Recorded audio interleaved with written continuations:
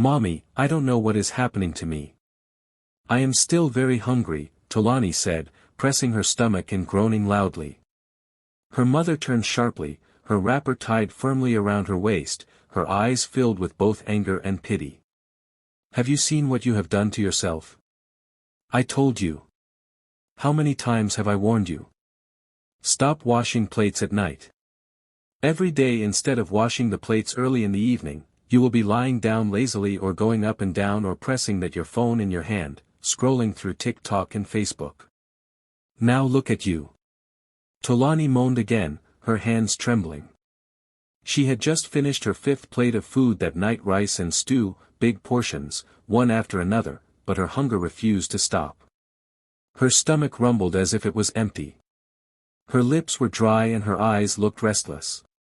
Her mother continued. She raised her hands and shouted, "This girl, you want to kill me? You want to finish me? Didn't I warn you? I told you before, when you wash plates at night, you are washing away the food you ate and feeding it to spirits.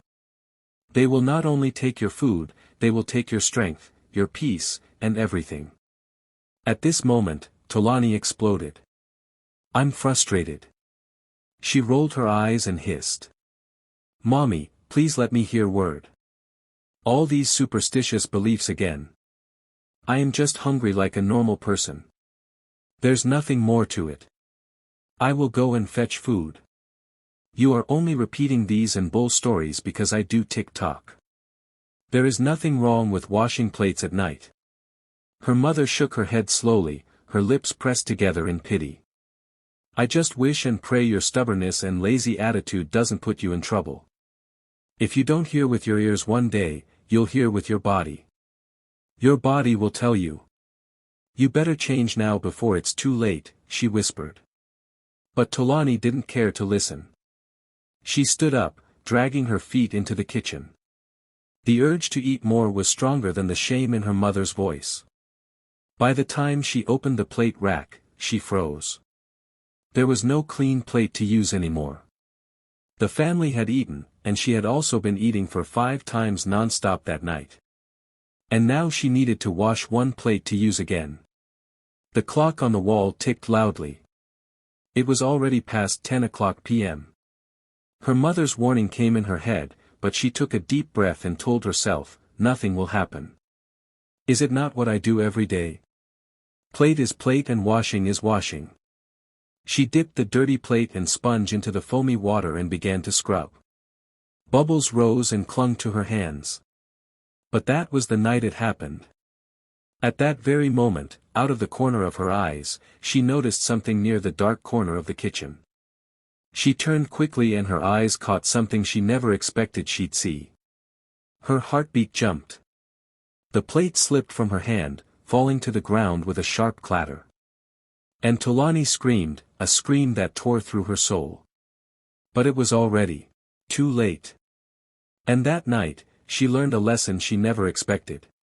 Tolani was known in her street for her beauty and the stylish clothes she liked to wear. She was her mother's only daughter, pampered and praised since childhood. But everybody close to her also knew one thing very well. Tolani hated chores.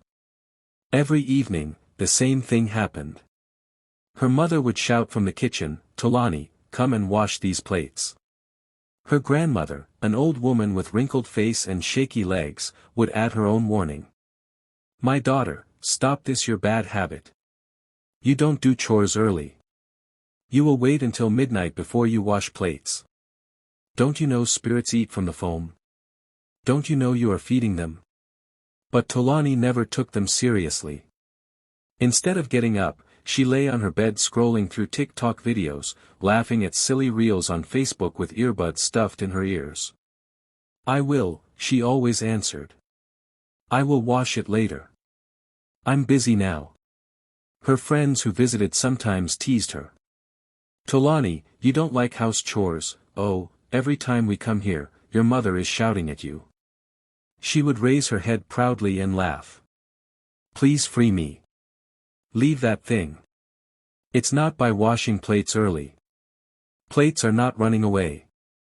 If I wash them now or I wash them by midnight, it is still the same plate.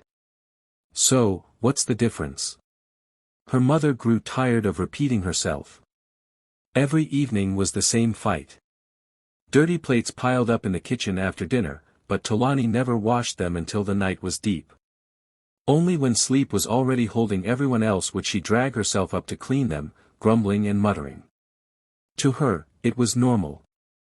She had done it so long that she didn't see anything wrong. But her grandmother never gave up her warnings. I am telling you, Tolani, washing plates at night washes away the blessings of your food. The spirits will eat it. You will never be satisfied. Haven't you heard the stories? Haven't you seen people that suffered because they ignored tradition? This your stubbornness will lead you nowhere. Tolani laughed whenever she heard that.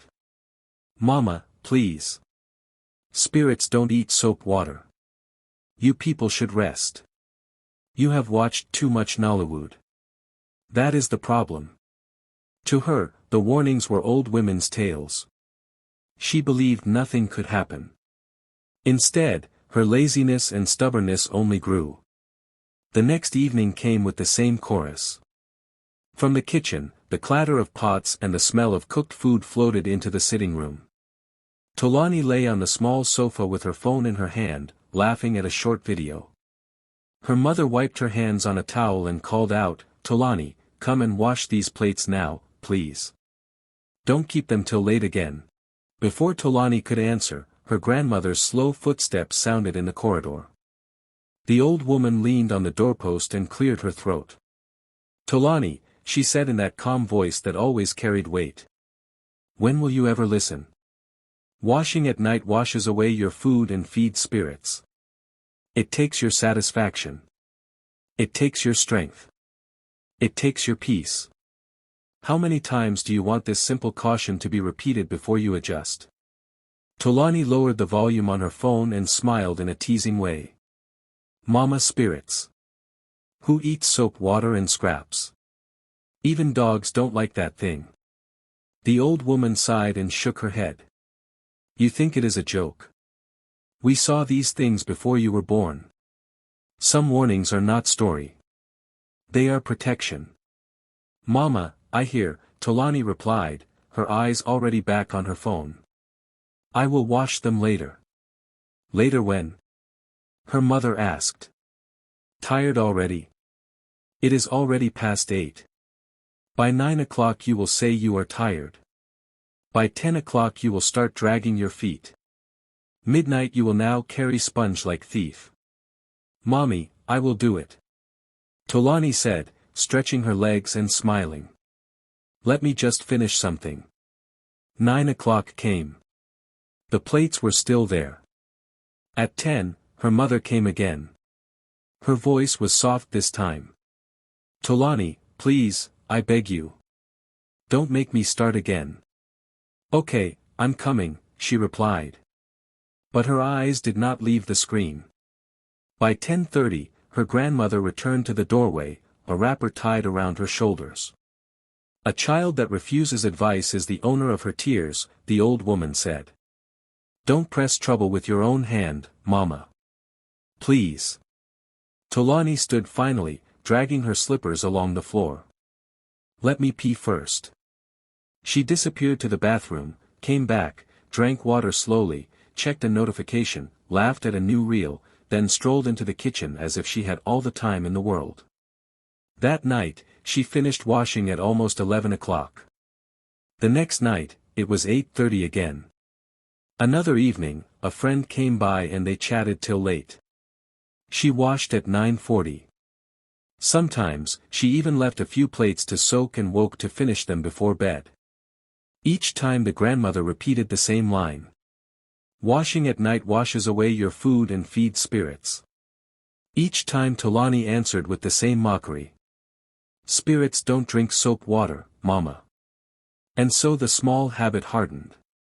The warning stood at the door like guards. But Tolani walked past them every night with her sponge and bowl. The first sign was so small that it was easy to ignore. One morning, Tolani walked into the kitchen and reached for her favorite white plate. The one with a little blue flower at the edge. A thin crack ran from the rim to the middle like a lightning line. She frowned. "Who cracked this plate?" she asked. "Which plate?" her mother asked, looking up from the stove. "This one," Tolani held it up. "I don't know," her mother said. "I didn't touch it." "Maybe it hit something when you washed," her grandmother said simply. "I didn't hit anything," Tolani replied, a little defensive.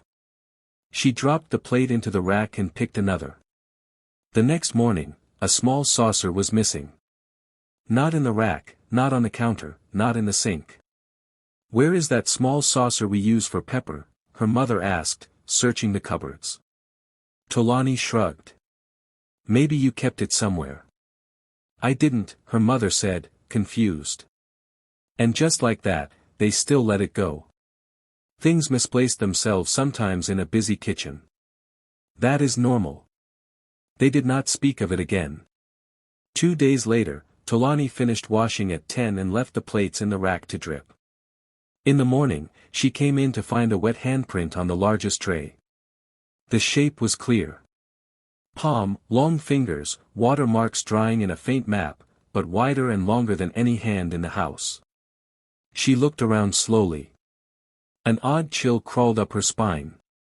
"Mommy, come and see this thing," she called. Her mother came, wiped her own hand, and placed it on the tray. Her hand looked smaller beside the print. She frowned, then forced a laugh. "Maybe your hand looked big because of the water."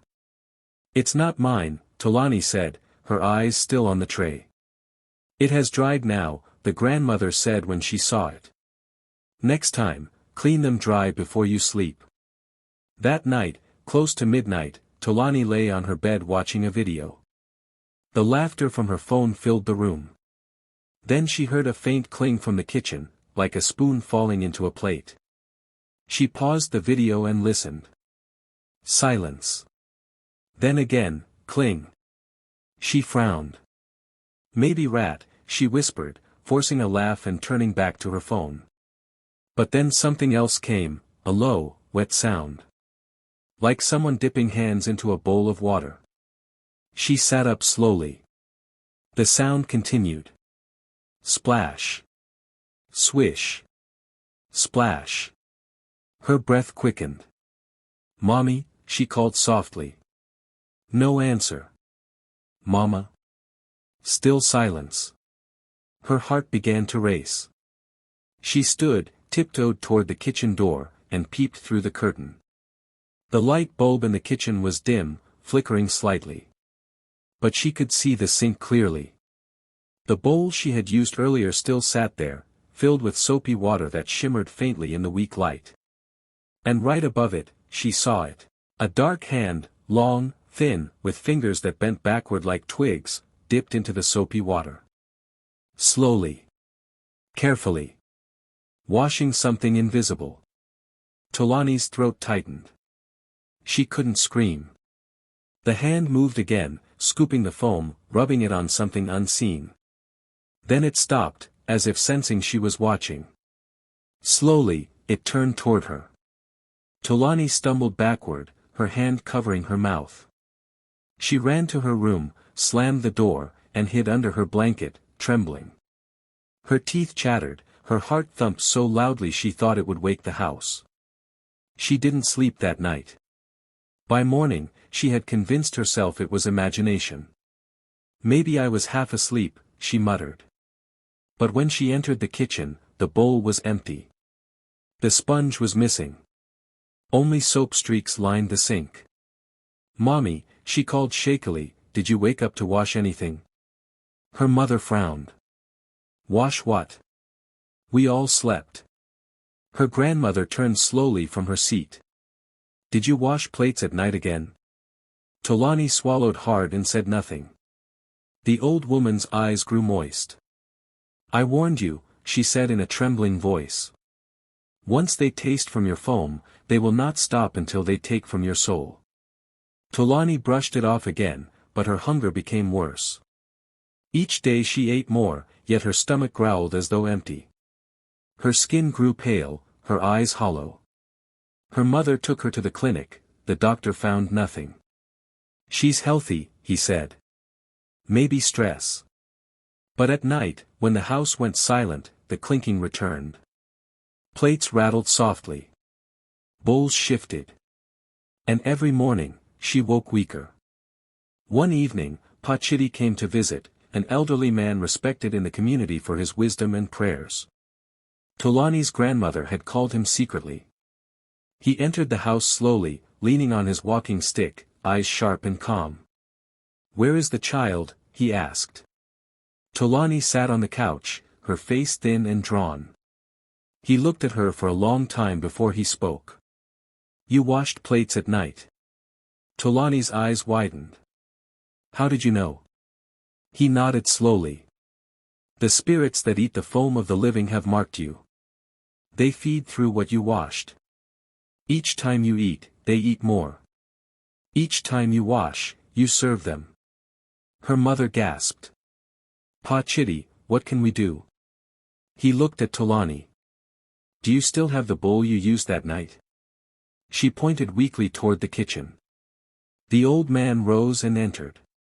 A heavy stillness filled the house. Minutes later, he returned, holding the bowl in one hand. Inside it, the little foam left had turned black, thick and sticky like tar. He shook his head. "You have fed them too long." Then he asked for water and salt. He prayed quietly in a deep voice that filled the air like wind in a hollow tree. He poured the salt into the bowl and stirred. The black foam hissed, releasing a faint smell of decay.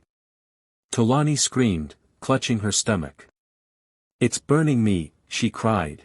Her body convulsed, her hands clawing at her belly. Her mother ran to hold her, weeping. Pachiti kept praying. His voice rose louder, commanding. What was taken must be returned. What was eaten must be restored. The bowl trembled in his hands. The foam began to boil violently though no fire touched it. Then suddenly, silence. The bowl cracked, spilling clear water on the floor. Tolani collapsed, gasping for air. After some time, she opened her eyes weakly. "Mommy," she whispered. Her mother held her tight, crying. "It's okay, my child." Pachiti wiped his brow and said quietly, "Do not wash plates at night again. The spirits of hunger feed on those who do. When the sun sleeps, let your chores sleep too." Tolani nodded, tears streaming down her face. "I won't. I promise." From that day, she never touched the sponge after sunset again. And slowly, her hunger faded. Her strength returned. The house became peaceful once more. But sometimes, late at night, when everyone slept and the house was silent, she would hear a faint cling from the kitchen. And her heart would race. Because she knew they were still watching, waiting. Moral lesson. Respect the wisdom of the elders. Some traditions are not superstition, they are shields protecting us from what we cannot see. If this story touched you, please don't forget to like, comment, subscribe, and share this tale. Turn on your notification bell so you don't miss any new story dropping soon, only on Tales by Omoh.